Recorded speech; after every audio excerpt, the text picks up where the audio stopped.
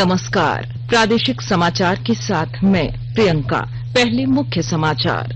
पिछले 24 घंटे में कोरोना के 530 नए मरीज मिलने के बाद राज्य में संक्रमितों की कुल संख्या बढ़कर हुई 18,156। 9 मरीजों की मौत। 15 दिनों के बाद झारखंड हाईकोर्ट में आज से सभी तरह के मामलों की ऑनलाइन सुनवाई होगी। याचिका और आवेदन ऑनलाइन दायर किए जाएंगे। आग लगने के बाद रांची के खलारी में सीसीएल की चूरी भूमिगत खदान को सील किया जा रहा है। और बोकारो से गिरफ्तार हार्डकोर नक्सली की निशानदेही पर पुलिस ने दुमका के जंगलों से भारी मात्रा में हथियार और विस्फोटक बरामद किया। अब समाचार विस्तार से। पिछले 24 घंटे में कोरोना के 530 नए मरीज मिलने के बाद राज्य में संक्रमितों की कुल संख्या बढ़कर 18,156 हो गई है। कल सबसे अधिक गढ़वा से 85 मरीज मिले। वहीं कल 9 और कोरोना संक्रमितों की मौत हो गई। रिम्स के कोविड वार्ड में 1, धनबाद में 3 और जमशेदपुर में 4 लोगों की मौत हो गई। इसके साथ ही राज्य में अब कोरोना से मौत का आंकड़ा 177 हो गया है। वहीं अब तक राज्य में कोरोना संक्रमित मरीजों में कुल 8,998 लोग स्वस्थ हो चुके हैं। वहीं सक्रिय केसों की संख्या 8,981 है। लातेहार जिले में 24 घंटे के भीतर 38 नए कोरोना संक्रमित मरीज मिले हैं। प्रभारी civil surgeon doctor SK Singh ने बताया कि कोरोना पॉजिटिव पाए गए सभी मरीजों का राजहार स्थित कोविड केयर सेंटर में इलाज किया जा रहा है। उपायुक्त जिशान कमर के निर्देश पर कोरोना संक्रमित मरीजों के संपर्क में आए व्यक्तियों की ट्रेसिंग की जा रही है। जिला में अब कोरोना पॉजिटिव मरीजों की संख्या बढ़कर 458 पर पहुंच गई है। इसमें से 240 व्यक्ति इलाज के बाद कोरोना से मुक्त होकर घर जा चुके हैं। इधर साहिबगंज जिले में कल 14 नए कोरोना संक्रमित मरीज मिले हैं। जिले में अभी तक 383 संक्रमित मामले हैं, जिसमें 212 एक्टिव केस हैं। 167 मरीज ठीक होकर घर वापस जा चुके हैं तथा 4 की मौत हो चुकी है। इनकी कॉन्टेक्ट ट्रेसिंग कर जिला प्रशासन आगे की कार्रवाई कर रहा है। बोकारो जिले में पिछले 24 घंटे में कोविड-19 संक्रमण के 29 नए मामले की पुष्टि की गई है, जबकि कोरोना संक्रमित 43 मरीज स्वस्थ होकर अपने घर वापस लौट गए हैं। जिले में अब कोरोना संक्रमण के 212 सक्रिय मामले हैं, जिनका इलाज बोकारो जनरल अस्पताल के कोविड-19 आइसोलेशन वार्ड में चल रहा है। भारत ने कल एक ही दिन में कोरोना महामारी के 7 लाख से अधिक नमूनों का परीक्षण कर शानदार उपलब्धि हासिल की है। केंद्रीय स्वास्थ्य मंत्रालय ने कहा है कि पिछले कई दिनों से लगातार एक ही दिन में 6 लाख से अधिक परीक्षणों का सिलसिला जारी है। पिछले 24 घंटे में 7,19,364 परीक्षण किए गए हैं।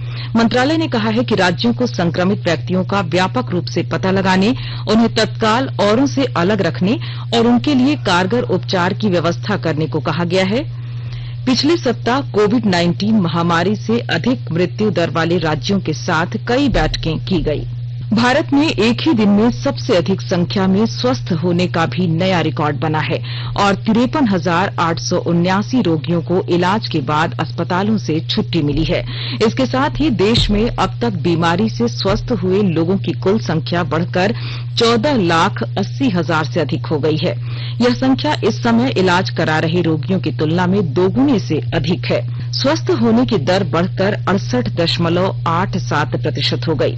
स्वास्थ्य मंत्रालय ने कहा है कि केंद्र और राज्य सरकारों द्वारा मिलकर विभिन्न उपायों पर अमल करने से बड़ी संख्या में मरीज ठीक हो रहे हैं। कोरोना संकट के इस काल में कई सामाजिक संस्थाएं मदद के लिए आगे आ रही हैं। जमशेदपुर में मारवाड़ी युवा मंच द्वारा कोरोना मरीजों सहित आम नागरिकों की सुविधा के लिए निःशुल्क ऑक्सीजन बैंक शुरू किया गया। मंच की जमशेदपुर शाखा आगामी 2 दिनों में 11 ऑक्सीजन सिलेंडर की सेवा शुरू करेगी। कल 4 ऑक्सीजन सिलेंडर का लोकार्पण किया गया। स्वास्थ्य और परिवार कल्याण मंत्रालय ने लोगों को सलाह दी है कि वे नोवल कोरोना वायरस से अपने को सुरक्षित रखने के लिए सभी बुनियादी एहतियाती उपायों का पालन करें और सामाजिक दूरी बनाए रखें। एक रिपोर्ट। सरकार ने कहा है कि आवश्यक वस्तुओं की पर्याप्त आपूर्ति जारी है और लोगों को चिंता करने की कोई जरूरत नहीं है। लोगों को सलाह दी जाती है कि वे आवश्यक वस्तुओं और चिकित्सा सामानों की खरीदारी करते समय धैर्य रखें और शांत रहें।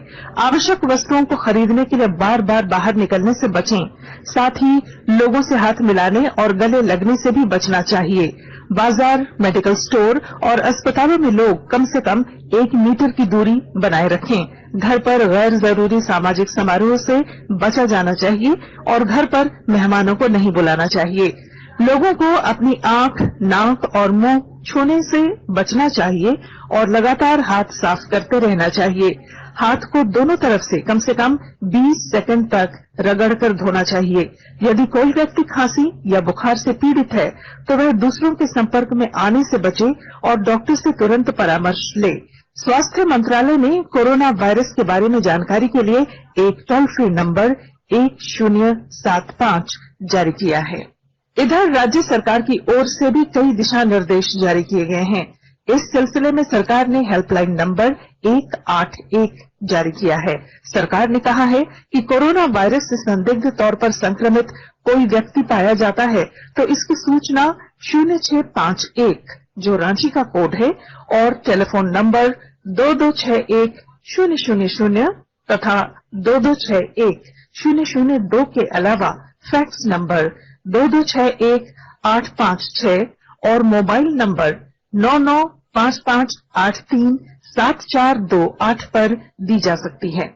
आकाशवाणी रांची भी आपसे अपील करता है कि कोविड-19 के संक्रमण से बचने और अन्य लोगों को सुरक्षित रखने के लिए कृपया घर पर ही रहें और सरकारी दिशा निर्देशों का पालन करें।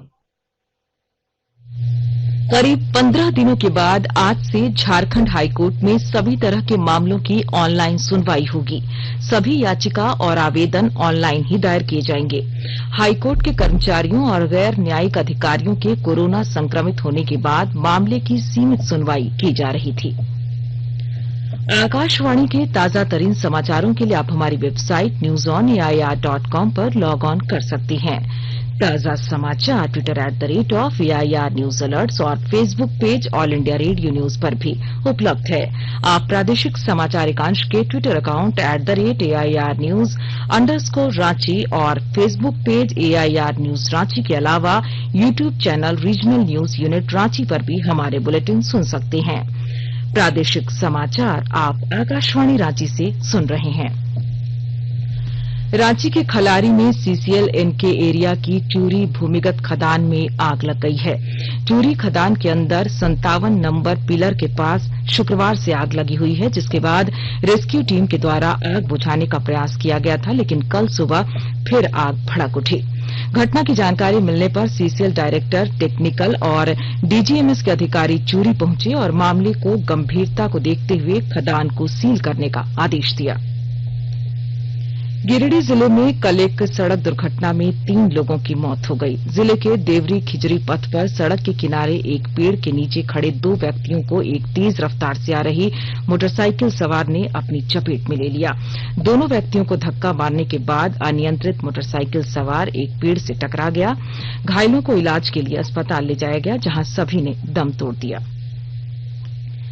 दुमका पुलिस ने सशस्त्र सीमा बल, बोकारो पुलिस और CRPF के साथ नक्सलियों के खिलाफ संयुक्त अभियान चलाकर दुमका के घूर नक्सल प्रभावित शिकारीपाड़ा और मसलिया थाना क्षेत्र के जंगलों से हथियारों का बड़ा जखीरा बरामद किया है, जिसमें एक रेगुलर SLR राइफल, 3 इंसास, एक 303 बोर की राइफल, एक कार्बाइन, 14 मैगजीन, 357 जिंदा कारतूस, 1675 डेटोनेटर समेत अन्य हथियार शामिल हैं।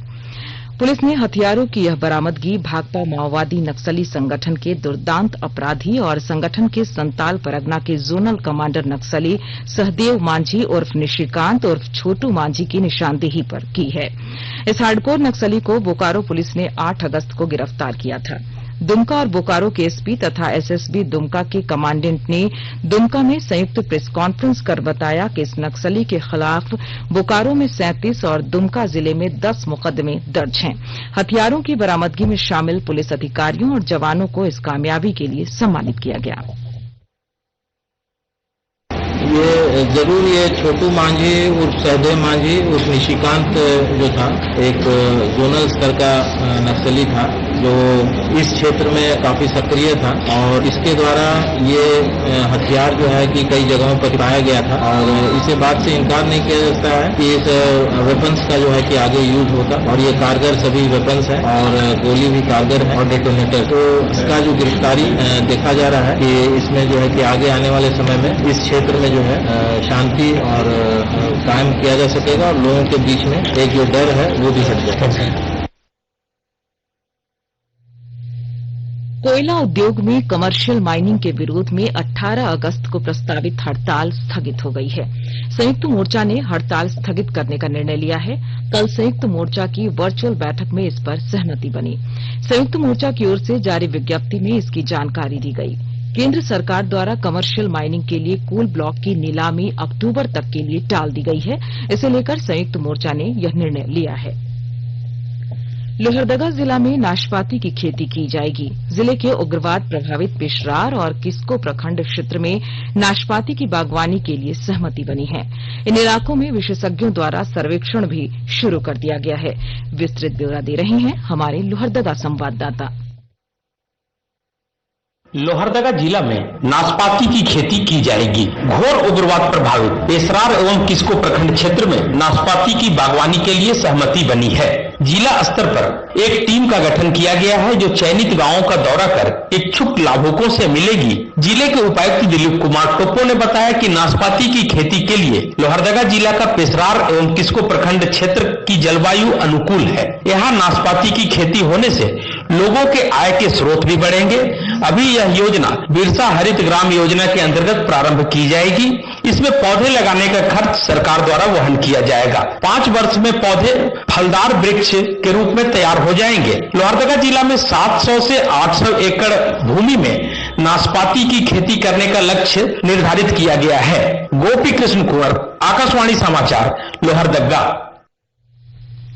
पर्यावरण और वन मंत्री प्रकाश जावड़ेकर विश्व हाथी दिवस 2020 के सिलसिले में आज हाथियों के संरक्षण के बेहतरीन तौर तरीकों के बारे में एक दस्तावेज का विमोचन करेंगे और मनुष्यों तथा हाथियों के बीच संघर्ष की स्थिति को लेकर एक वेबसाइट भी जारी करेंगे। रेल विभाग स्वतंत्रता दिवस के उपलक्ष्य में आज से स्वच्छता सप्ताह मनाएगा।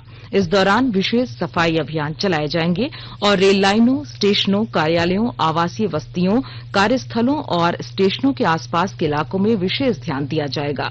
रेल मंत्रालय ने कहा है कि रेल लाइनों पर बिखरे प्लास्टिक कचरे को विशेष तौर पर हटाया जाएगा। क्योंकि रेल लाइनों पर यात्री रेलगाड़ियों की संख्या कम है, इसलिए इस समय का उपयोग रेल लाइनों को साफ करने के लिए किया जाएगा। इस दौरान एक जागरूकता अभियान भी चलाया जाएगा जिसमें रेलवे के कर्मचारी यात्रियों से रेलगाड़ी, स्टेशन और रेल लाइनों को साफ रखने का अनुरोध करेंगे। और अब संक्षिप्त खबरें। राज्य सरकार ने विश्व आदिवासी दिवस पर 9 अगस्त को राजकीय अवकाश घोषित करने का निर्णय लिया है। गुमला जिले के डुमरी थाना क्षेत्र में पुलिस ने कल अवैध लकड़ी लदा एक ट्रक जब्त किया है। गुमला जिले के कामडारा थाना अंतर्गत मुरुमकेला गांव में कल शाम फुटबॉल मैच देख रहे एक टेम्पो चालक की गोली मारकर हत्या कर दी गई। बोकारो जिला प्रशासन के वरीय अधिकारियों ने विश्व आदिवासी दिवस के अवसर पर कल उपायुक्त के आवासीय परिसर में पौधरोपण किया। चतरा जिले के पत्थलगड़ा में हुई मूसलाधार बारिश से कई कच्चे मकान गिर गए। बारिश का पानी 200 से अधिक घरों में घुस गया जिससे व्यापक क्षति हुई है। गोड्डा के कुरमन गांव में घर की दीवार ढहने से एक बच्ची की मौत हो गई। चतरा जिले का हंटरगंज बाजार कल बिजली की अनियमित आपूर्ति को लेकर पूरे दिन स्वतः स्फूर्त बंद रहा। और आइए अब सुनते हैं राज्य के प्रमुख अखबारों ने किन खबरों को प्रमुखता से प्रकाशित किया है। सभी अखबारों ने किसानों के लिए केंद्र सरकार की 1 लाख करोड़ की योजना लॉन्च करने की खबर को प्रमुखता से लिया है। दुनिया में कोरोना के 2 करोड़ मरीज, इनमें 11% भारत में। इस शीर्षक के साथ बढ़ते कोरोना संक्रमण की खबर को दैनिक भास्कर ने अपनी सुर्खी बनाई है। इसके अलावा रांची में पहली बार एक दिन में स्वस्थ हुए कोरोना के मरीज की खबर को प्रमुखता से प्रकाशित किया है। किसानों के लिए 1 लाख करोड़ रुपए की केंद्र की योजना की शुरुआत, इस खबर को प्रभात खबर ने पहले पन्ने पर जगह दी है।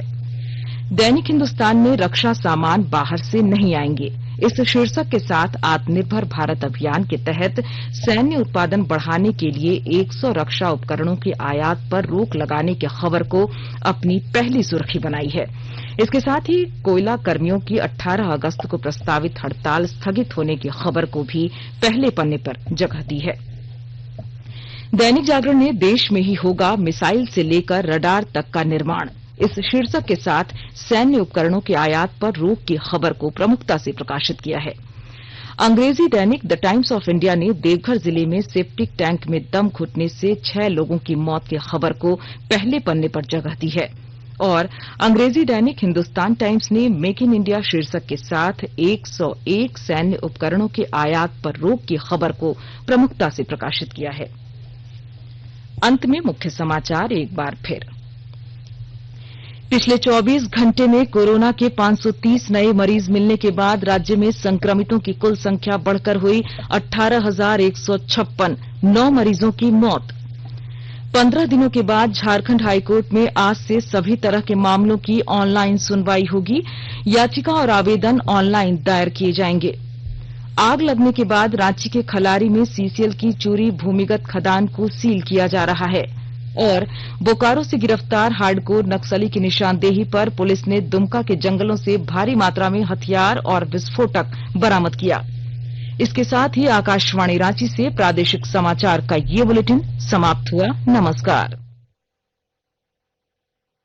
घर में रहिए, सुरक्षित रहिए और सुनते रहिए आकाशवाणी।